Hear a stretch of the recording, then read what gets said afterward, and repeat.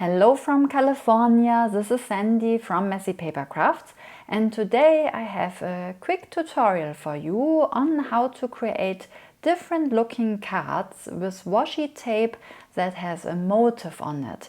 So I absolutely love this washi tape here by Creative Depot.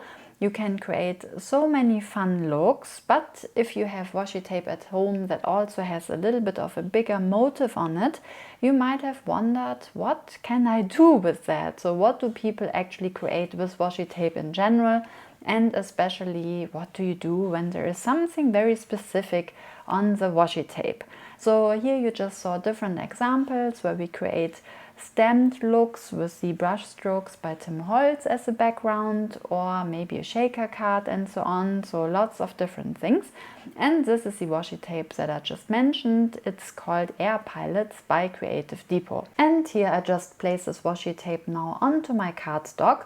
And for me, that's always the quickest answer when I lost my mojo, because with washi tape you can create quick and easy backgrounds, and they could be great for just any background really, but you can also cut out a hole and you can create it into a shaker card, or yeah, you can just cut out the motif in this case. So here I just place the washi tape down one more time, and now I just cut out this cute dog. So you can use it similar how you would use any ephemera, or maybe you are just not in the mood to color in a stamp, and then this way you can cut out a quick foreground, and then of course this will fit to the background. So you can have the motif as a foreground and then also again in the background. And this way, with washi tape that has motifs on it, don't dismiss it and think, oh my god, I really don't know what to do with that. There are so many things you can create. And here you can see once again the brush strokes by Tim Holtz. It's one of my favorite stamp sets at the moment, and maybe in my past tutorials you already have seen me using this again and again and again. I just love to play with the stamp set because you can use them for abstract backgrounds, and whenever you use a different color, then it can look all different. And with this stamp, I thought it would be pretty fun to emboss it. And for the embossing, I used another stamp, and you might have seen this also before. These are these round stamps by Florilege Design. And here I just was too impatient, so I didn't quite wait long enough that this ink was actually dry, and therefore the embossing powder in gold kind of went everywhere, not just where the stamp was supposed to be. So the Florilege stamp, you can see they're supposed to have these dots, and there are some dots, but then I kind of messed it up and it's all over just gold. But I didn't want to throw it away. I thought it should still be usable. So I think whenever you have an oopsie, don't immediately just throw it away. You might still be able to use it. And here you see me now once again. I wanted to layer on different cardstock. So there's this blue tint in the background of the Paraglide, and I thought it would be nice to have a frame in the same color. And because of the brown stamp and the gold, I thought corrugated craft paper might be fun, and I put on some Sizzix gold wax. So this would just give me an interesting foreground and background where it all works together. And then I have the stamp set here that's also from Creative Depot, and with that I put the stamp on Be Happy, because I think the dog looks really happy with his parachute or the paraglide. And yeah, this way I think you can create a lot of different interests. So we have this bluish cardstock that's similar to the paraglide, then the corrugated paper in brown, which fits nicely to the brown stamp, but then there's also gold wax on the corrugated cardstock, and that fits nicely to the golden embossing. And then we have the dog as our foreground and Be Happy as a sentiment. And then I finish this all off with some stickers and some gemstones, because once again I love to add some shine. Here I also use some glossy accents, and especially on the nose of the dog I think it looks kind of cute if it's a little bit shiny. And then I changed my mind a little bit, and I thought, how about I add one more embellishment, and this is here my twine that's in a similar color combination as the background. There's some kind of blue greenish tint and then some brown, and I thought it's cute if there is maybe another bow, and this way it's also a little bit more balanced, because I tried to put the dog onto the big blob of the golden embossing so that it's not quite as noticeable that there should be a stamp, but that there was all golden embossing powder. And this way the dog was a little bit more to the top corner, and I thought I could balance it a little bit further with this bow on the right end of the card. So I always try to look at the card as a composition, and this way I just managed to make it a little bit more equal, with some foreground on the top left and then some other embellishment on the lower right corner. And then again I just added some of this really nice Damperia contour liner in gold and in white, just to add some more highlights and a little bit more shine. And that's the finished result. So a little bit of a close-up here so that you can see what else I did here with some gemstones and so on. And yeah, I hope that you like the result. And now we will go to the second card, because as I said before, of course you don't have to use the whole background as such. You could cut out something with a die. So for example, here I have this cute circle die, and you can use now both pieces. So with the whole inside of the background you can create a shaker card, and with the cutout piece you can create some layers.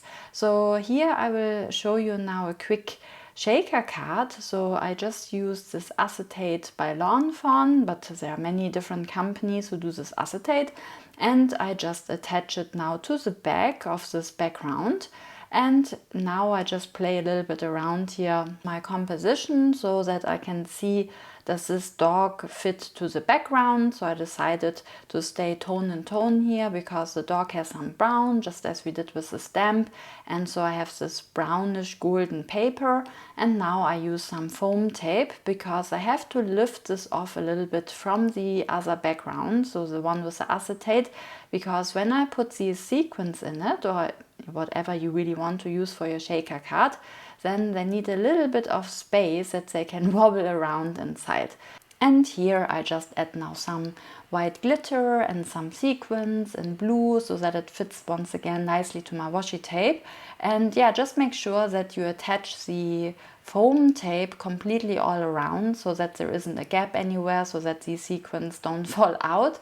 And yeah, then I just attached the dog onto the acetate, and I thought once again it would be nice to have a frame around. So onto the card base I attach another piece of this golden brownish paper, so that it fits to the inside of the shaker card, and this way you have a really nice and completed look. And once again, I cannot stop. I also want to add a sentiment, however it would be too busy for the front. So I just put this now inside the card. It says fly high, because obviously that fits really nicely together with this dog, and could be for a birthday or a congratulation or whatever occasion you really want to create such a card for. And then I used some glossy accent again around the card a little bit, just to add some highlights, and on the nose of the dog, just because I think this looks really cute.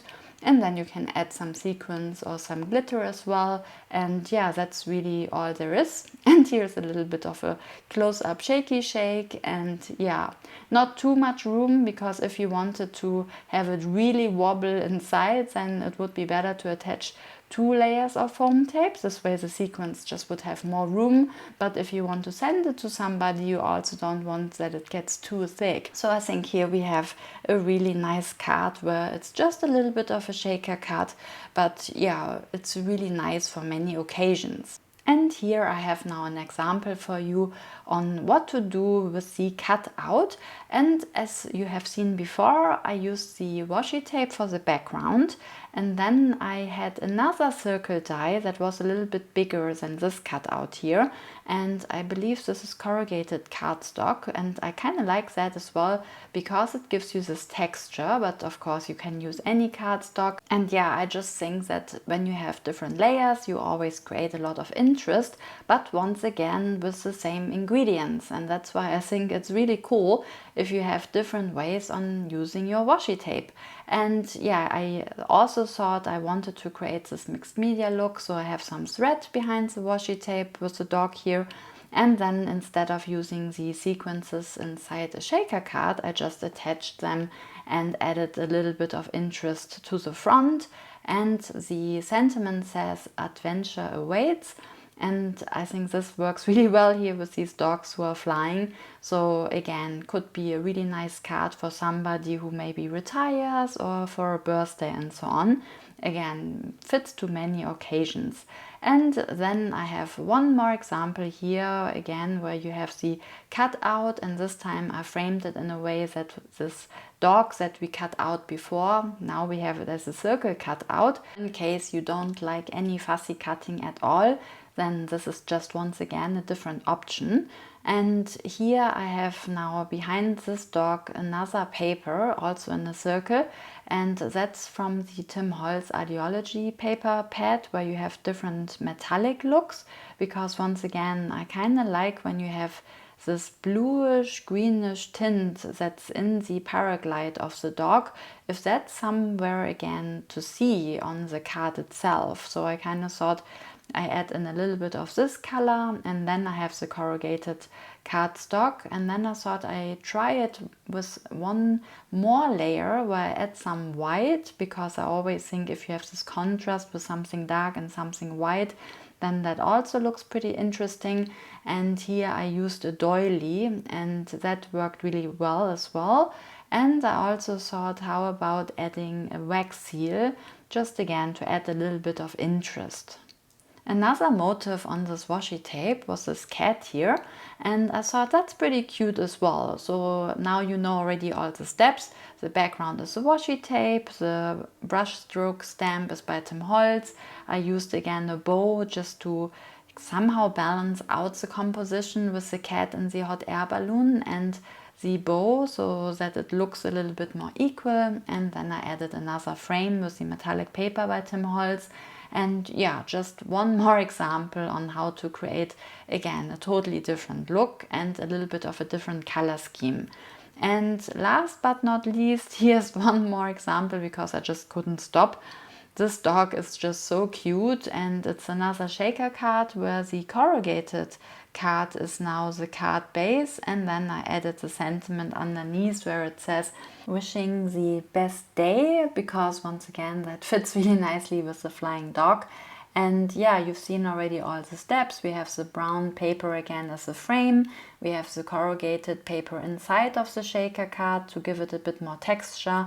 Then in the same color scheme, these little bit of sequins in there where it's gold and brown, and then a bow.